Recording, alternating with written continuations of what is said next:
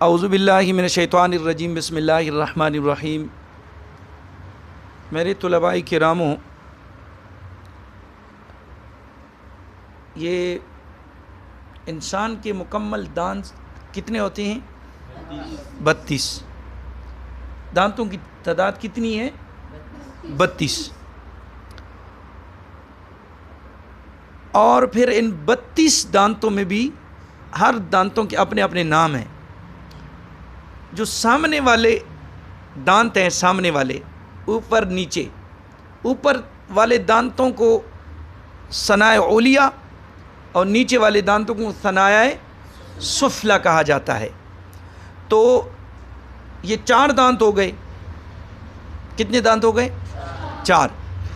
پھر اس کے ساتھ اوپر ثنائے علیہ کے ساتھ بالکل اس سائڈ سے بھی، اس سائڈ سے بھی، اور ثنائے سفلی کے ساتھ اس سائڈ سے بھی اور اس سائڈ سے بھی، تو یہ 4 دانت کون سے ہیں؟ رباعی۔ ٹھیک ہے، تو ثنایا بھی 4 اور رباعی بھی 4، تو کتنے ہو گئے؟ 8۔ پھر اس کے ساتھ 4 دانت کون سے ہیں؟ انیاب۔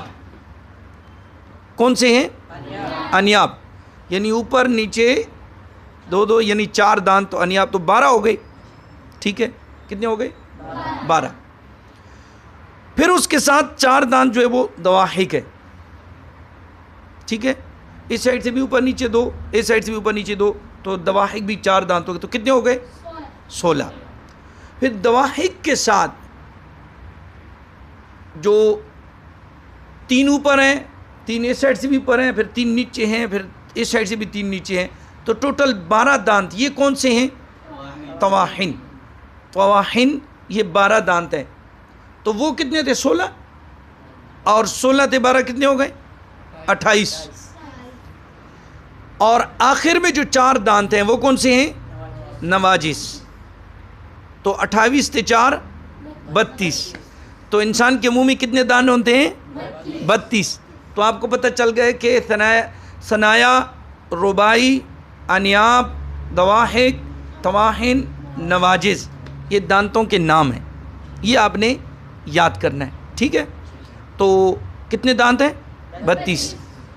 ثنایا بولو۔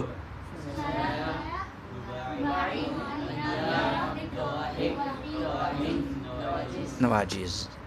تو انشاءاللہ امید کرتا ہوں کہ آپ لوگوں کو یہ یاد ہو گئے ہوں گے۔ تو اللہ پاک ہمیں تجوید قرآن پاک کے لیے یعنی تجوید ہمیں سیکھنے کی توفیق عطا فرمائے۔ وآخر دعوانا ان الحمد للہ رب العالمین۔